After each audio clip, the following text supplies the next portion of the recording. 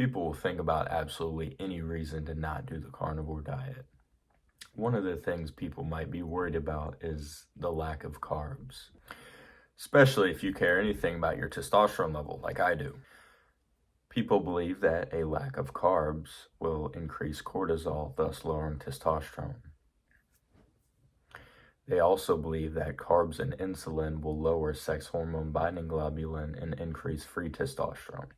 Neither of these things are true, so let's talk about it. Yes, insulin is a super important hormone. It will increase your free testosterone. And on carnivore, you get a slight insulin bump from protein. Now, when you consume hundreds of grams of carbohydrates, you are putting yourself in a state of hyperinsulinemia. This is because your blood sugar is extremely high and your pancreas has to secrete way more insulin than what is required to lower your blood sugar. Because insulin is a storage hormone, if it's too high for too often, for too long, you will not be able to burn fat. If you're eating a diet based on a lot of carbs, grains, vegetables, fruits, tubers, you will be lowering your testosterone just by not eating enough fat. Fat is the most important macronutrient for testosterone production. Dietary cholesterol is a direct precursor of testosterone. Saturated and monounsaturated fatty acids can raise testosterone by up to 20%.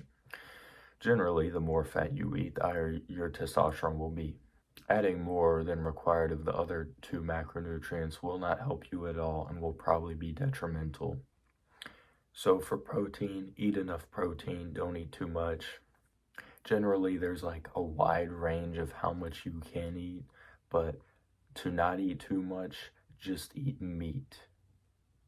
Eat more satiating, less hyperpalatable forms of protein like dairy. Yogurt and whey is generally how people might get too much. There's some debate as to whether dairy is detrimental or beneficial to testosterone levels. Now, dairy is strictly used for baby mammals to grow. That's why it's hyperpalatable. That's why it has casomorphins. It's addictive. It's high in fats and carbs. It really helps you grow.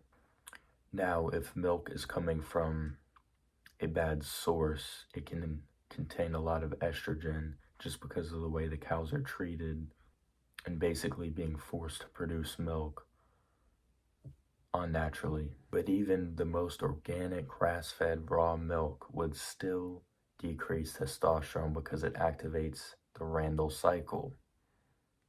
So as we talked about earlier, when you're in a high carbohydrate state, your insulin is high, and so you cannot burn the fat off. The only way to lose fat on a high carbohydrate diet would be to not eat fat, to eat lower amounts of fat. And relating to the topic of this video, low fat absolutely destroys your testosterone levels. Do not do a low fat diet. Now, running on both of these macronutrients together will damage your mitochondria and your blood sugar levels. But if you were to remove carbohydrates and eat high amounts of fat, you would lower insulin, you would lower your blood sugar, you'd be in a fat burning state. Your fat would replace the missing sugar in your bloodstream. Whereas when you eat high carb, you're using sugar to replace fat. But only eating dietary fat from animals can actually give you that testosterone boosting effect. As we talked about, should be roughly 15 to 20%. Now back to low carb diets. There's a myth that they spike your cortisol. This absolutely could be true if done incorrectly. Now yes, getting into very, very deep stages of ketosis would probably have you lower protein, and this would result in less gluconeogenesis. Ketogenic diets only affect testosterone negatively in the context of prolonged fasting. As long as you eat enough protein, you will be fine. Eating enough protein will result in gluconeogenesis, which will lead to a slight increase in glucose, which will be just enough that your body requires. No more, no less. So you're not going to store more fat. You're not going to be low energy. Your brain and your muscles are going to have just enough glycogen It'll be enough to support your thyroid as well. And that little bit will support your testosterone production. Now, besides meat and animal foods and eggs and dairy, the other main food people say raises your testosterone levels is actually honey. Now, honey raises luteinizing hormone, which is another precursor to testosterone. And all these fancy enzymes in the most raw, unfiltered honey might be decent for your health, but again, you gotta take into account the sugar, the risk to reward ratio. Honey is almost pure fructose. Not only will this activate the Randle cycle, but fructose is 10 times more glycating than glucose. Glycation damages your cells. All this excess sugar, it gums up into your cells. This is what causes chronic inflammation from the sugar. Inflammation lowers testosterone severely. Now, obviously, no one's saying to not exercise. Inflammation from exercise is good. Usually, if the exercise is anaerobic, it will usually result in an increase in testosterone anyway after you rest.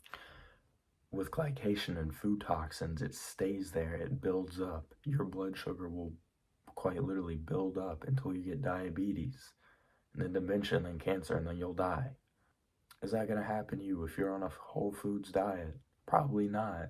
All you'll realistically be doing is activating the Randle cycle, worsening your metabolism. The glycation would have you age a lot faster and get a lot wrinklier.